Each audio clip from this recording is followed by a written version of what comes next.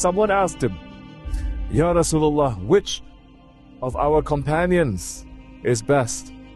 And his reply was, the one whose appearance reminds you of Allah, and whose speech increases you in knowledge, and whose actions remind you of the hereafter.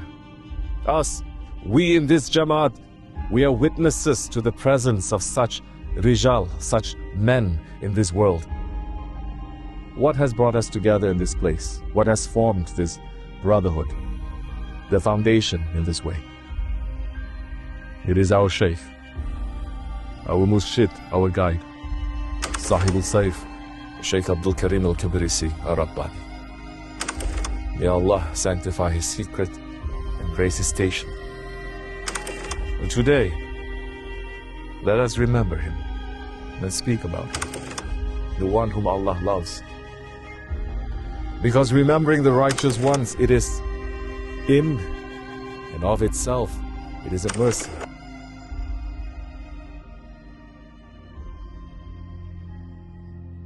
Hazrat Sufyan al-Thawri radiallahu anhu is saying, when you remember the righteous, mercy descends upon you. We are in need of this mercy. This whole world is in need of that mercy.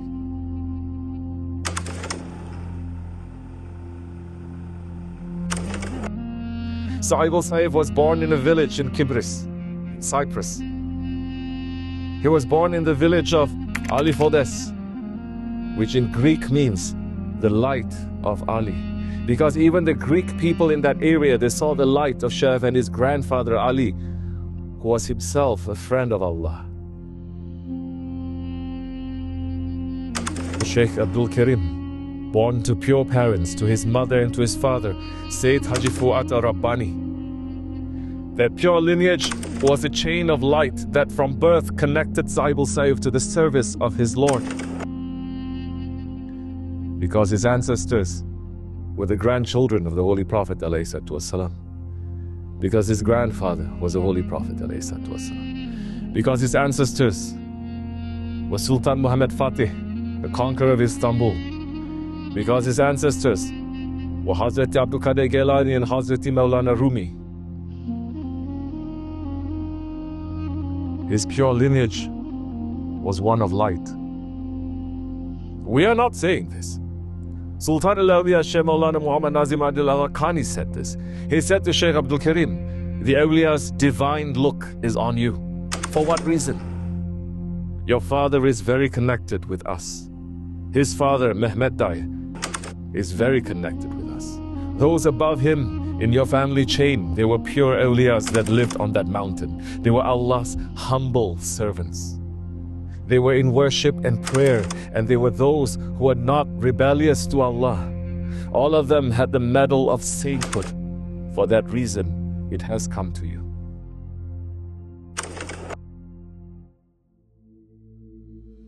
Sheykh Abdul Kerim was from the time of childhood carrying that rank and that responsibility. From his birth, he became the servant of Shaykh Maulana Sultanul Awliya. Because Sheykh Abdul Kerim's father, Sayyid Haji Fuat, was one of the most brave, most dedicated and most noble murids of Shaykh Maulana. Shaykh Effendi, he did not have a regular childhood, like us. When he was only 8 years old, he had to make hijrah out of Alifodes because of the oppression of the unbelievers. At that young age, he already fulfilled the sunnah of the Holy Prophet ﷺ. He did not make hijrah for dunya. He made hijrah to save his religion. From that age, he was receiving the deepest instruction from Sayyid Haji Fuat, because Haji Fuat said to Sahib al-Sayf, be disobedient to me. Be disobedient to me, or to other family members, if you want them to be disobedient to us. If you want, then be disobedient to us, but never be disobedient to Shaykh Maulana. If you are disobedient to Shaykh Maulana, then I will never forgive you in dunya and in akhirat.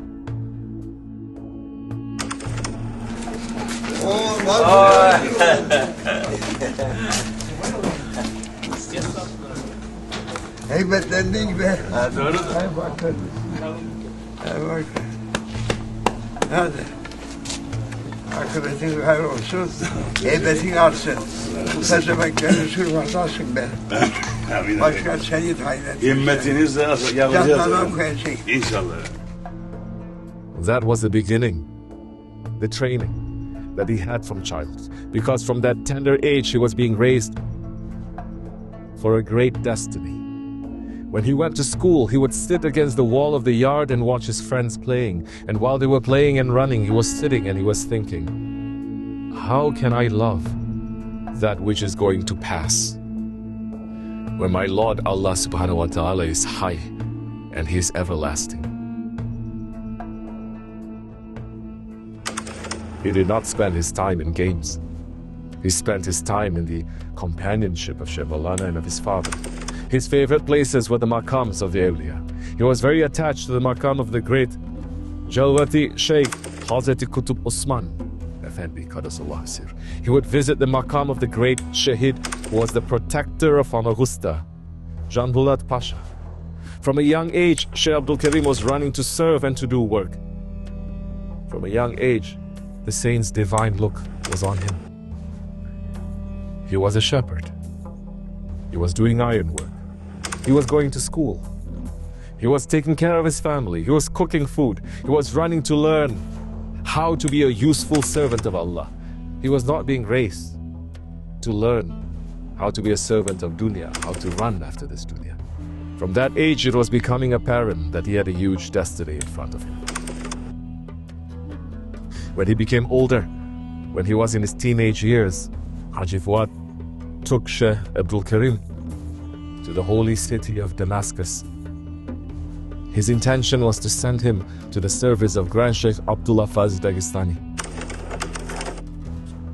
And at that age, Sahib al-Saif and Haji Fuad stayed in the presence of Grand Sheikh Abdullah for 40 days. Grand Sheikh sent them to Cyprus and told Haji Fuad, I see a great destiny for your son. I see that he is going to open a new continent for us, and that he is going to make the people of America to say La ilaha illallah. So they returned to Cyprus. But then war broke out. The Greeks attacked the Muslim people and were trying to eliminate them from the island. Shaykh Effendi ran to fulfill the sunnah of the Holy Prophet ﷺ and his Sahabis, the sunnah of his Ottoman grandfathers, and he ran to defend the truth. He entered into the army. It was not easy.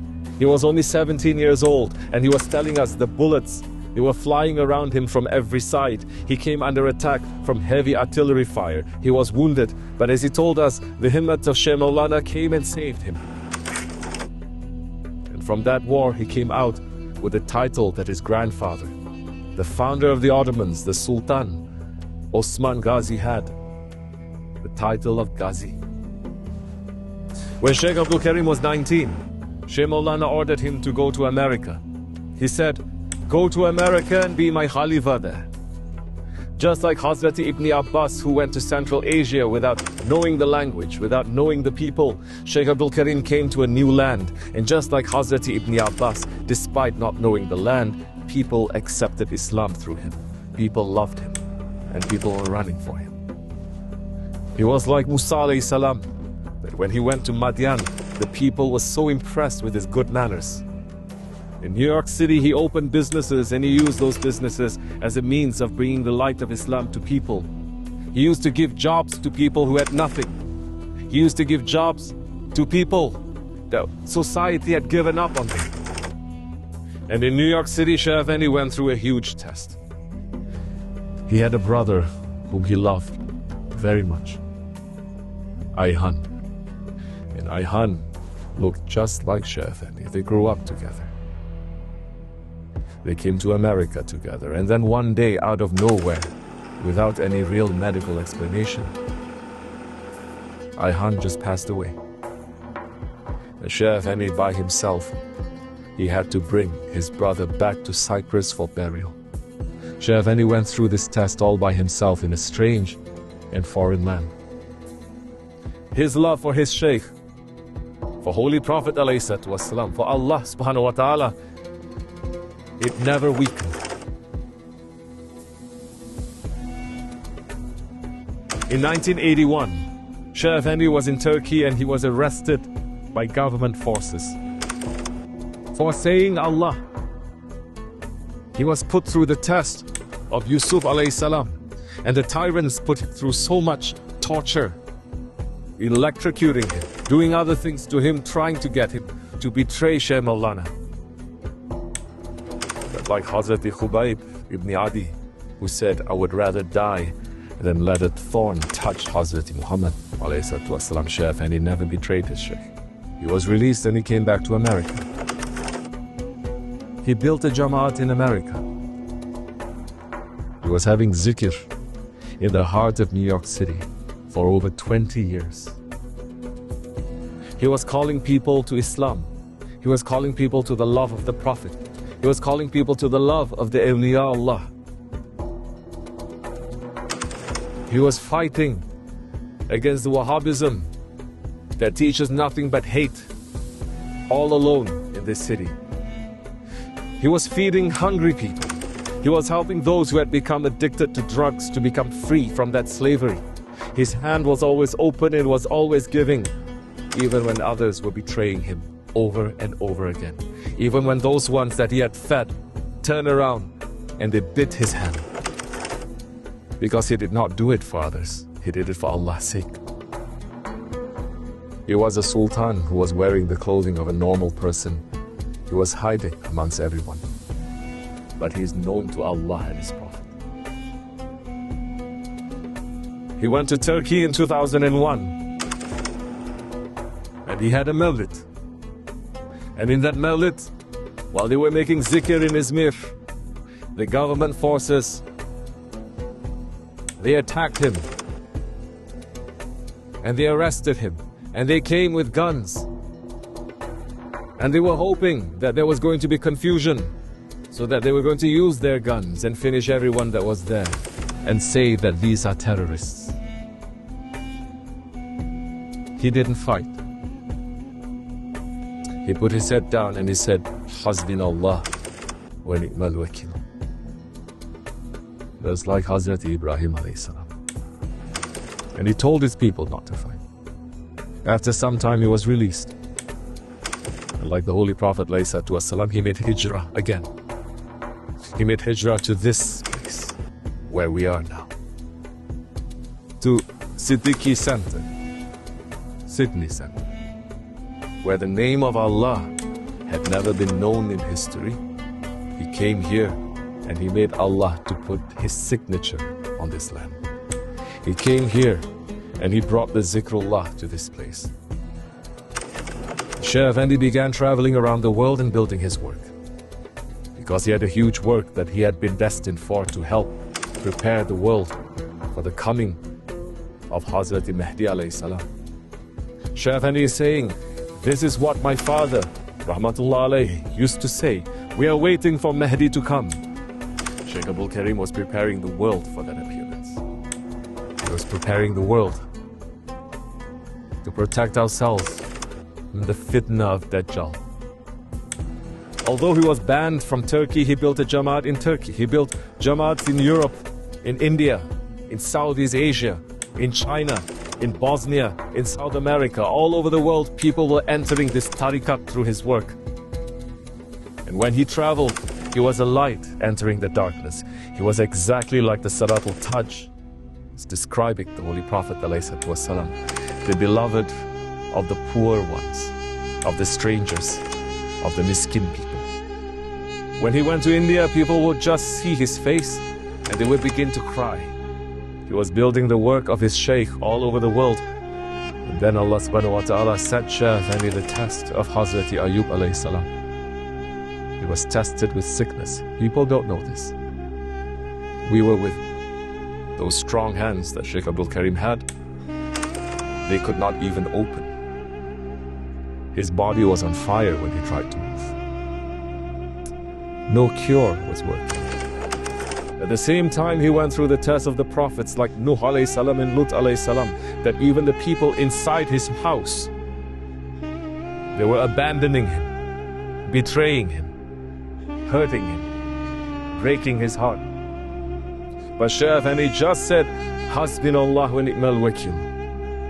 And he continued the way. He continued the work of his Shaykh. Even in that pain, he would drive 3 hours to New Jersey, in every weather condition, to see the Jamaat and to make zikr. Even in that pain, he would travel to Cyprus to continue the work. A normal person, maybe he was going to die in that pain, but Shaykh Effendi stood and continued, and he was patient. And just as his health was coming back to him, he saw that his time on this earth for now was finishing. He told the murids their instructions of how to continue, and to some, he told exactly what was going to happen. He went himself and visited the place that he was going to be buried. And on the 10th of Sha'ban, 1432, the 30th of June 2012, he was veiled from this world. We say veiled because Shaykh Maulana says veiled. Shaykh Maulana said they took him to the other side now, behind the mountain of Kaf. You understand? To the side of the awliyas. The strong ones are on his side. They made him disappear from here. This is just a taste of who our Shaykh is. If we have a lifetime, we cannot describe him, because Shaykh Maulana said that Shaykh Effendi lived the lifespan of 50 men inside one lifetime. But we can say a little bit more about him. He was like Hazrat Abu Bakr Siddiq in his defense of Shaykh Maulana, in his hizmat for the truth, in his total sacrifice for the way of Allah, and for his tenderness in front of Allah subhanahu wa ta'ala. He was like Hazrat Umar radiallahu anh in his secret caring for people, in his sense of justice and his speaking up for haqq. He was like Hazrat Osman in his total and complete generosity and modesty. He was like Hazrat Ali in his wisdom and in his charisma and his knowledge. His life, his character is perhaps described best in the words of the Pir of our Tariqat, Khwaja Shahin Naqshbandi, who said, "The men of Allah do not admire what they are doing. They only act out of love of Allah." This is just a fraction of the reality of Sahib al-Saif. If anybody wants to learn from him, they can come. His work continues, the service continues. May Allah give us the strength to continue this way. We're asking our Lord to be witness that we love him. For Hazrat Abu Hurairah radiallahu anh said that on the day of judgment, the servant will be brought between the hands of Allah subhanahu wa ta'ala and asked, "Did you love one of my awliya so that I can join you to him today?" Ya Rabbi, in this holy day, we're asking you to witness that we love him. And we're asking you to keep us with him, dunya and akhirat. We're asking for his sake to forgive us and to forgive our weakness. Amen.